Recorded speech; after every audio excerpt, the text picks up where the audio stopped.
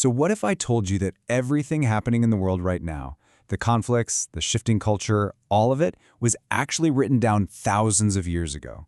Welcome to The Explainer. Today we're opening up ancient texts for a structured Bible study lesson. We are going to explore exactly why so many scholars and readers believe these specific texts are incredibly relevant to our modern era. Our goal here is to shed some light on the text so we can understand these concepts clearly, simply, and totally without confusion. To really wrap our heads around the scope of what we're studying today, let's take a look at this timeline. On the far left, you've got the past, right? This is thousands of years ago when these prophetic warnings were first spoken and recorded. Moving into the middle, we have the present, and this is all about how we actually recognize these signs unfolding in the world around us today. And finally, on the right, the future. Now, spoiler alert, this isn't about setting specific dates. It's actually a call to readiness. Keeping this timeline in the back of your mind is really going to help anchor our study as we move through the text. Okay, here is our syllabus for today's study. We'll be covering 1. Ancient prophecies, modern echoes. 2. Recognizing the biblical signs.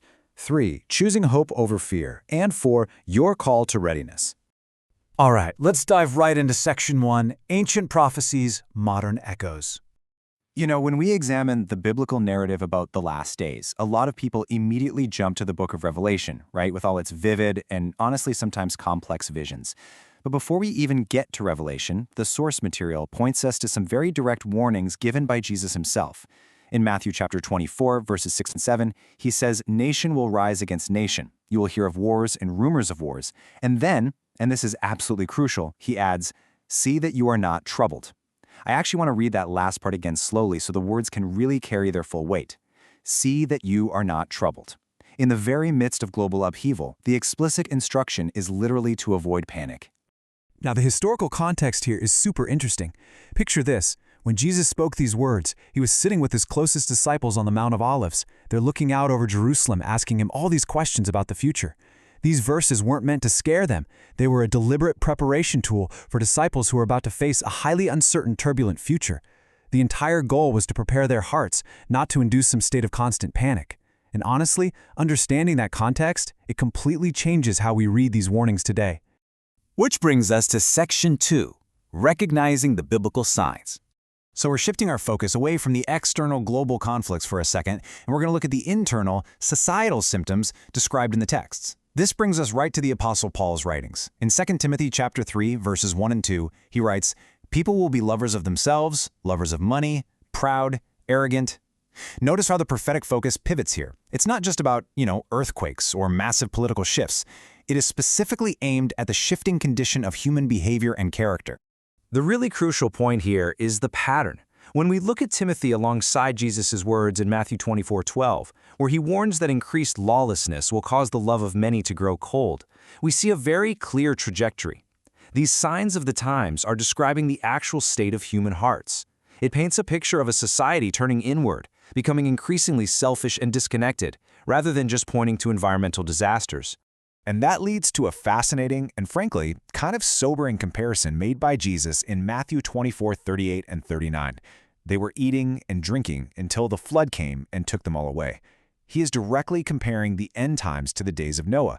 The specific danger highlighted here isn't just the impending catastrophic event, it's the danger of everyday life continuing completely as normal.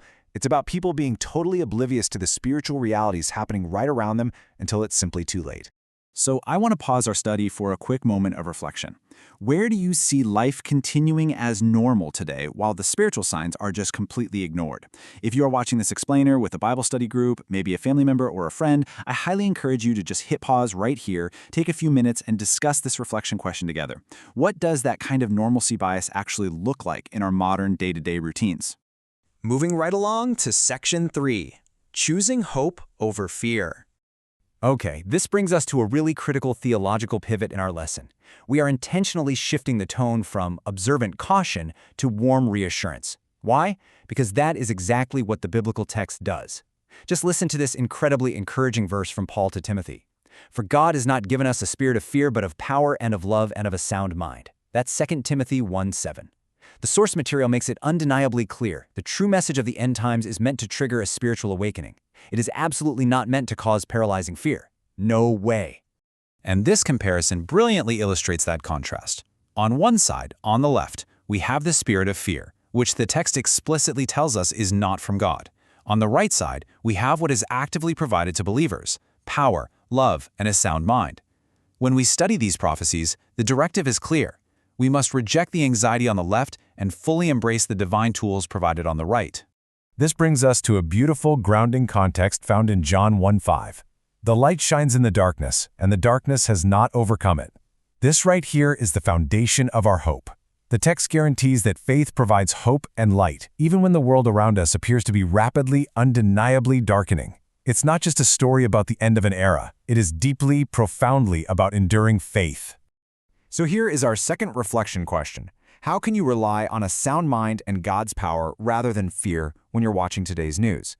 Once again, if you're studying with a group, please pause the explainer. Have a real conversation about how to practically apply this principle. How do we consume our daily information without letting it completely compromise our spiritual peace? All right, let's head into our final part. Section 4, your call to readiness. So what are we actually supposed to do with all this information? We're transitioning now from just understanding the signs to direct, personal application for you, the viewer. The directive is crystal clear in Matthew 24:44.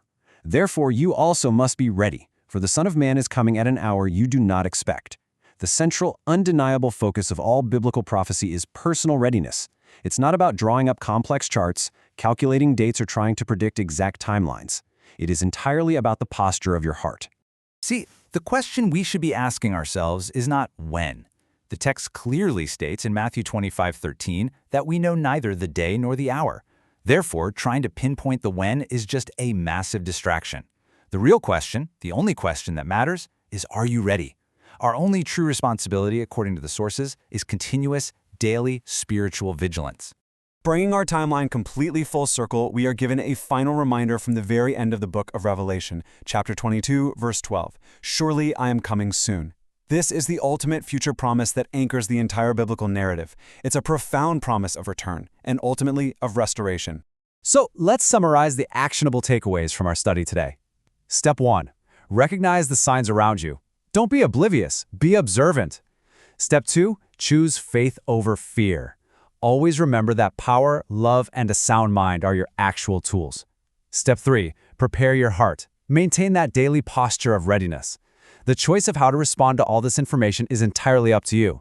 You can choose to ignore it, or you can choose to prepare. The signs may be all around us. This source material has clearly laid out the warnings, the hope, and the ultimate promise.